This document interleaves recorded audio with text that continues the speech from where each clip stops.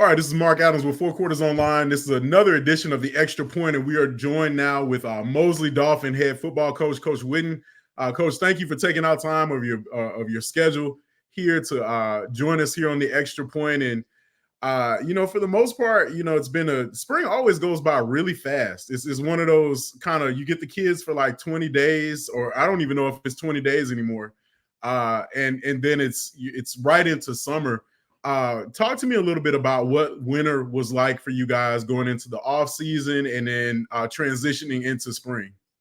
Yeah, I thought we had a really good spring practice. We got 15 days. Honestly, that was the thing that was a bit frustrating. Florida allows us to get 20 days, but because of the calendar this year and when final exams were, they didn't grant us that extra week.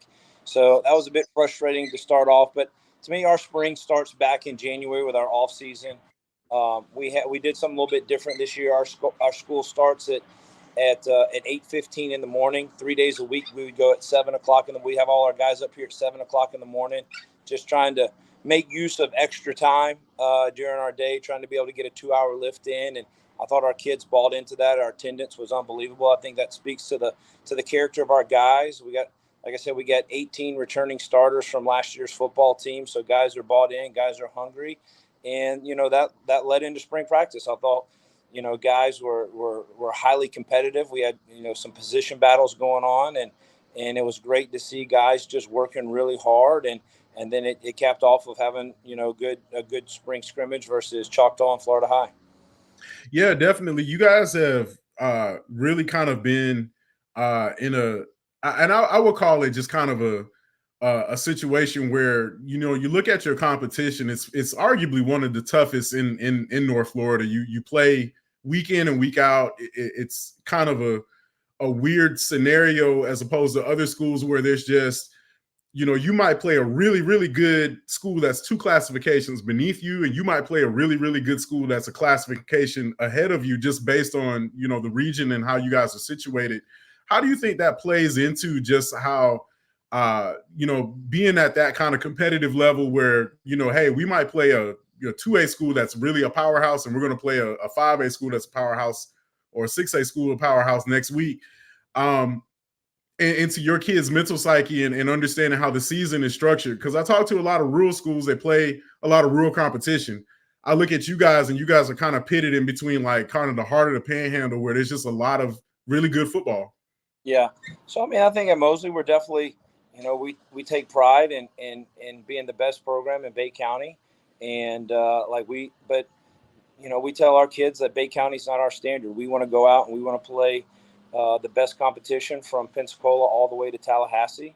And I think we've done that, my 3 years going on to 4 now here at Mosley. Our kids have bought into that. And, I think, again, the thing that you're selling on is just that, the recruiting aspect of it. Like, hey, you don't want to just be the best player in Bay County, that if you're a true player, that you want to separate yourself amongst the best guys across the panhandle, and then eventually throughout the state of Florida. Yeah, there's been, I've always watched the ebb and flows of different programs over the years. And, at one point, there was, you walked you took the bus into Bay County. You knew you were going to get your money's worth. You were going to have a handful. And, a lot of that fear of just coming into the Panama City Beach area, looking at the programs. And now there seems to be a little bit of a uptick in a resurgence, especially with you guys being able to kind of put together a string of successful seasons like you've had. Do you feel like things are turning a corner in your area? And for the most part, I go back to where I feel like there was a difference between, there was the hurricane that came through several years ago, right, and it just really kind of, coming on the heels of just that economic downturn, especially with COVID right after that. Do you feel like things are kind of, becoming galvanized again? You're seeing a lot of younger kids, taking up the sport, especially in the youth levels in that area? I definitely think so. Taking over this Mosley job, Mosley's always kind of been okay, but never really done anything outside of Bay County. We've won 2 district championships 2 out of the 3 years I've been here. The last time that was done was been 40 years ago.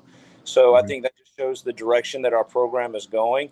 And then the excitement that our program has. Like, we just went through spring practice, had 110 kids go through spring practice. We have 55. We got 55 eighth graders pre-registered coming in on June the 3rd. So, I mean, we should have between 150, 160 kids in our program in the fall. And I think that speaks to the direction our program's going in, and just the excitement in Bay County about football, and trying to get out and connect with these guys at a young age, and being involved in the community, being involved with the youth football programs, and just trying to bring that excitement to all levels, because all those kids are ultimately going to come to the high school level at some point in time. Yeah, how active are you in the youth community football wise? Like, do you attend a lot of middle school games? Are you out youth practices or anything like that? Yeah, no, 100%. I mean, we have 2 youth programs here in Lynn Haven. One of them practices on our practice field every single day. On the weekends, I'm trying to make it out to as many youth football games as possible. Same with our middle school football team. I try to get over there and watch them play once or twice a year. Again, I think your presence matters. Mm-hmm. I think people, again, if you're not visible in the community, to me that says that football is not important to you, which again is the furthest from the truth about me. And again, I want to be present, because again, in the world that we live in today, kids have choices where Yeah. they go to high school, and I think you being out there and being present matters to the community. Yeah. Now you mentioned, you got kids and everything. I don't know how old or young they are, but when you look at the other side of it, you're talking about kids have choices and everything. From a standpoint of a parent and understanding, you get to see how the sausage is made on the other side as a coach, but as a parent, what are some of the things that you feel like are either missing now in today's atmosphere in terms of youth football and youth sports? Or what do you think needs to be more prevalent now in the youth sport game? Because a lot of times, there can be a disjointed kind of thing between the parents and, Right. how it really functions. I definitely saw you guys have meetings to kind of educate parents and everything before the season starts. What are your thoughts on that? Well, see, I mean, I think my opinion on this is probably going to be counterculture to what most people think out there. I was a multi-sport athlete growing up. I played football, I played basketball, I played baseball, I ran track. I did it all.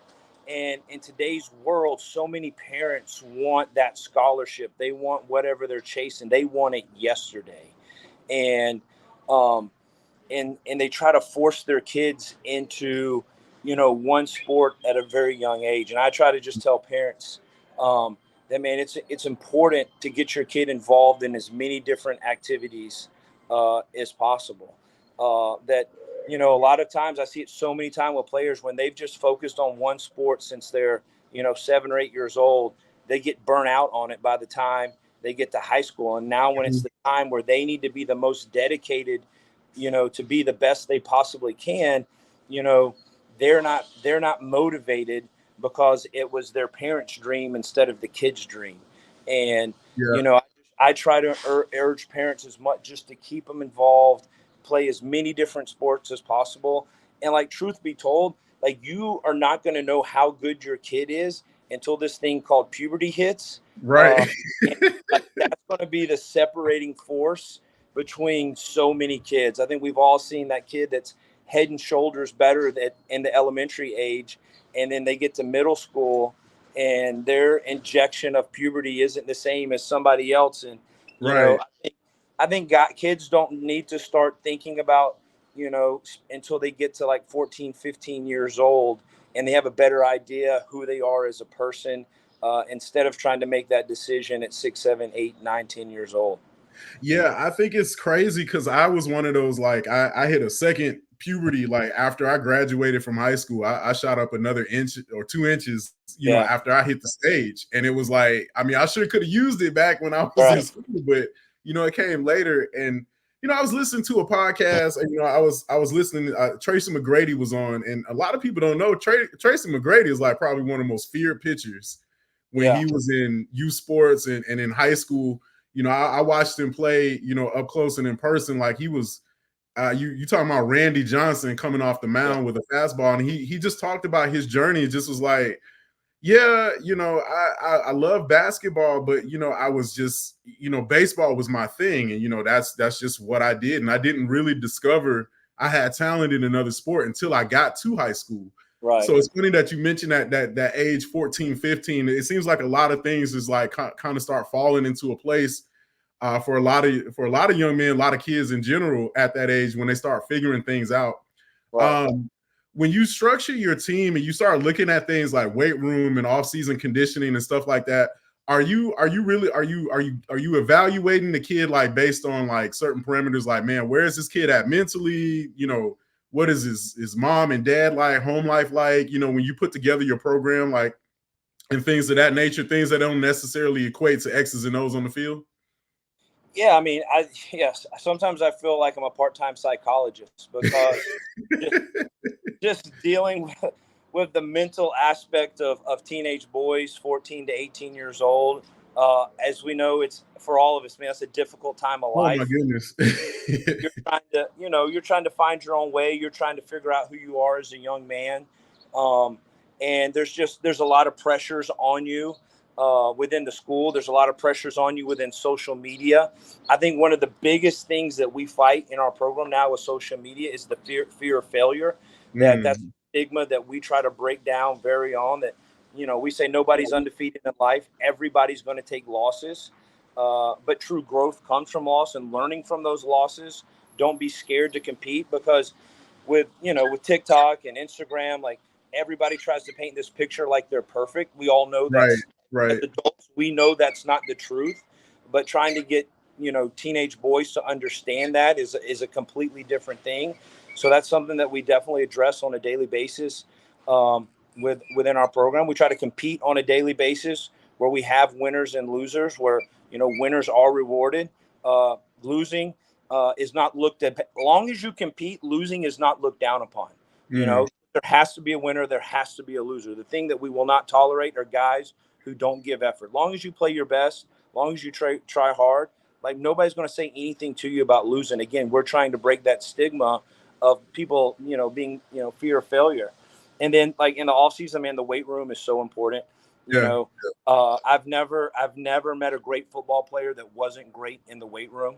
Hmm. Um, because again, football, as we all know, football's tough. It's physical. It's a challenging game, and so is that weight room. And Yeah. any bad habits you may have out there on the football field, they're going to show themselves first in the weight room. So you can get an idea of the player and the things that you need to challenge and attack with that player. Man, you can find so much about those kids in the weight room. I think it's so important to have a great offseason, well organized weight room program, because it's going to help you a lot out there on the field. Yeah, definitely. I've talked to a lot of coaches. I think one of the first coaches that I had a chance to interview long years ago was Coach Coakley at NFC back in the day, and he was just like, you can tell, you can instantly see the barometer of a program and tell their trajectory by their weight room habits and how Mm-hmm. much of an emphasis they put on just that core strength and everything. There's a lot of just now we got all these different metrics and ways to track, growth and everything. But I think one of the things that always gets a kid uh, really kind of in that mental state of that, I can get better and be better, is that you see it with the amount of weight that you can put on. Like, you Yeah, see it, when you go and you do max out day and all of those things like that. Now we film that stuff and it's all hype and everything, but there's definitely an aspect to it. yeah. When you talk about program growth and everything and being involved in the community and things like that, this is going to be my last question before we jump in some X's and O's. What do you think is now in today's game? I think you touched on something, especially when you started talking about parents. If you had to put out a one-page book that just kind of informed a mom or a dad, like, hey, this is what you should be doing with your kid, away from the football field or anything like that, what would be the one thing you would put in there? Maybe like a one chapter. Well, I mean, so I think when, again, it goes back, the kids have, in Florida, I mean, we have choices. Kids have choices. If you're wanting to take athletics serious, so many parents assume that every program is the exact same when they're not. Like, Mm-hmm. I would challenge parents, like, before you put a kid in that program, like, go do your homework, like, go watch go watch all the practices. You'll find everything out that you want to know about that program. You'll find out, their style of coaching. You'll find out how organized they are. You'll maybe see how disorganized that they are, because as we progress through the next 4 years, and for guys that are really there's so many things that are at stake now as far as getting to that next level. NIL, Yeah. You're not just now competing against scholarships versus high school kids. You're competing for scholarships versus other college kids. And that definitely makes, and like, what are going to be the things? There's so many things outside of just X's and O's that are going to get your kid to the next level. There's so much on the developmental side, physically and mentally. And I just, encourage parents to do their homework, in making those decisions about where their kid's going to go to high school. Yeah, definitely. Let's go ahead and talk about your team, man. You guys came off of a season where, I know you guys ran into Buchholz at the end of the year, but really there were a lot of positives there. Talk to me just a little bit about who's coming back and how they looked going into the spring, and go ahead and definitely drop some names about who really impressed you this spring. Yeah, I mean, last year, like you said, man, our team we were really young. We had 6 sophomores that started for us last year. There were times that, we played really, really good. Like, we beat Niceville, for the district championship, but also we lost to Leon, who finished last in our district. So, I mean, that kind of just showed you, the peaks and valleys that our team had, and just our immaturity because we were so young. But the beautiful thing about this team, I mean, all those guys we had last year, everybody's coming back. I'll start with our quarterback, Sammy Freitas, who's going to be a 3-year starter at quarterback. He's thrown for over 2,000 yards as a sophomore, 2,000 yards as a junior. Had a great spring, went 20 of 25 for 323 and 4 touchdowns. So, I mean, he's the, unquestioned leader.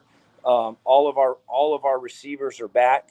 A guy that we're really counting on and showed himself to take it to the next level is Carson Griffin, who's going to be a junior. He went 8 for 150 and 3 touchdowns. So, we got 4 offensive linemen coming back on the offensive line. And then defensively, Raiden Bruins, who's a Power 5 player, defensive end, 6'5", 250.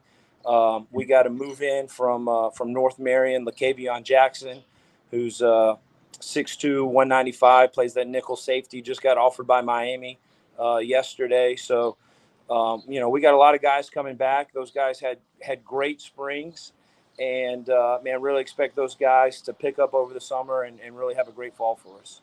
Yeah, definitely. When you talk about having a group of sophomores, I know it can be in the beginning, there's a lot of teaching, there's a lot of, getting guys acclimated, but that can definitely be a good problem to have. Looking at the recruiting aspect of everything, I've been seeing a lot of movement, a lot of visits coming into Mosley. Who has really, I think you guys have been, if I've been checking social media right, I've seen like 20 or so schools drop by in the past like 2 or 3 weeks. From all different levels. Is that I guess in my mind, I look at that as a way of saying, like, okay, we know we have, the talent here, but so much of the game has changed a little bit. And is it, for me, is it more so just like, hey, are you preaching the methodology of like, hey, they don't have to all be Division I. We got some NAIA guys here. We got some D3 guys here, some D2 guys here. Are you spreading the love around with what you're seeing? Who's stopping by at Mosley? No, 100%. But I think, like, when it comes to the recruiting piece, 2 things matter. One, you got to have good players, for schools to want to stop by. The second part is just the relationship piece. I was fortunate enough to coach college football for 10 years. And a lot of these schools that come by, yes, we're going to spend a lot of time talking about our players, but some of the people don't really, like, you talk about other schools' players as well. I mean, they want to get the opinion of a player, not only from the head coach of that school's app, but they want to know about that kid from their competition. Do you see it the same way that they do? And I think that just comes back to relationships and, having an eye for talent and being honest about the evaluation of your talent. Not, hey, this guy might be, 5'8", 150 pounds. You're not trying to convince them that guy can go to Alabama. You're honest with what they are as a player. And like you have to be honest with your players as well about to the level that they can get to, Yeah. because all you're like, again, if you're going to lie to their face, you're just putting those problems off, to later down the road. And but again, like that's the other thing that we harp on is like, hey, the level of football doesn't matter. Our ultimate goal is trying to get as much financial aid as we possibly can, so we're not in financial debt when we get on the other side of college. I mean, that's Right. something that so many people, like, at 18-year-old, you're not thinking about, hey, I'm No, going to not go at I'm going to go play D3 football where there's no scholarships mm-hmm. and $50,000 a year. Hey, I'm going to be $100,000 in debt on the other side of that in 4 years. And like, those are the type of like adult conversations you got to have with players, with parents, and um, and just be open and honest. Yeah, there's going to be some tough conversations that people don't like to hear, but the recruiting business, man, it's a nasty business, and um, and everybody's in it for themselves. And I think it's important to educate everybody on that. Like, most of my kids that signed at the Power 5 level, man, they're so, like, when it's all said and done, like, they're happy to be going to the next level, but they're just so happy that the whole process is over with. Obviously it's a Yeah. great problem to have, but and especially now with NIL and the financial investment that comes along, Mm-hmm. like, I mean, it's a lot more of an NFL type approach than it was, and a relationship. Don't get me wrong, relationships still matter in talking to the kids, but it's a lot more financial now. Yeah. And when it comes to money and business, those conversations can get a lot more nastier than what they've been in the past. Yeah, definitely. It's almost like there needs to be a class that gets taught. It's almost like a mandatory thing. You take your physical, and then you need to attend this little symposium or something like that over here. Um, Switching sides, we've been very keeping tabs on a lot of with a lot of information that's been coming out of just understanding the environment of what's happening now with coaches and increasing coaches' pay, and really understanding that I have a lot of I have a lot of conversations with coaches that are in the Peach State, and I have a lot of conversations with you guys here in Florida. And to me, just the disparaging differences just in certain things when you go from community and where you have help from and what jobs you're expected to take on. What would be kind of like some of the things you'd like to see? I know everybody wants to get the paycheck increase, but what do you feel like is missing just in some of the infrastructure where coaches really need a leg up in the state of Florida and some of the stuff that they have to do? Well, there's just got to be more of an investment into just high school football and high school athletics in general. Mm-hmm. I think, I can speak from my program, and again, we definitely have it better than others, but it pales in comparison to what people in Alabama and Georgia have. Mm-hmm. And that's definitely, they're on an independent, city school system, where we're on that county school system. And to me, that's kind of part of the problem, is like, when we're in that county school system, it's like, hey, we've got to keep everybody in the school on level ground, instead of Mm-hmm. letting people be able to separate themselves. Because, hey, if one school has this and another school doesn't have it, now with school choice, all the kids are going to go to that one school that has everything. So Yeah. that's to me, like, what's the core of the problem. Now, the whole pay thing is an absolute joke. And I get my situation. I'm an administrator, Bay County. I'm an administrator. Uh, my situation is definitely a lot better than my peers across Mm-hmm. Florida. So, but the thing I am going to complain for is my assistant coaches and all the other assistant coaches and the head Right. coach, that their supplements are, 3,500 to 5,500. Like, when I was at Booker T, my head coaching supplement was $5,500, and Yeah. that's just for the amount of work and the hours that you put in. Like, that's not acceptable.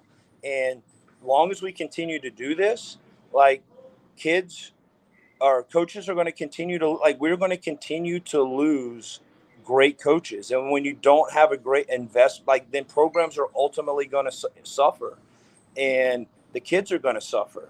Yeah. And the thing that, like, you're starting to see, Like, and I know like over in Tallahassee, that because of NIL and the investment the states and like the schools in Georgia make, like kids are leaving to go play in Georgia now Yeah. because there's a Yeah. financial investment that makes it worth. And again, you can't fault the kid. Like it's best for his family for him to go do that. And if we Yeah. don't try, if we don't try to catch up, we're going to continue to lose coaches. And then the next thing we're going to start to lose even more is players. Yeah. And we have to be proactive on that. Now, here's what the thing with NIL, what's going to piss off a lot of coaches is like when they're busting their butt and their supplements not going and the kids' NIL money starts being more than what the coaches are making, like that's going to be, and I'm not saying the kids don't deserve it, but it's going to be a problem. Like it or not, it's going to be a problem. And again, it's just something our state's got to proactively try to get out in front of.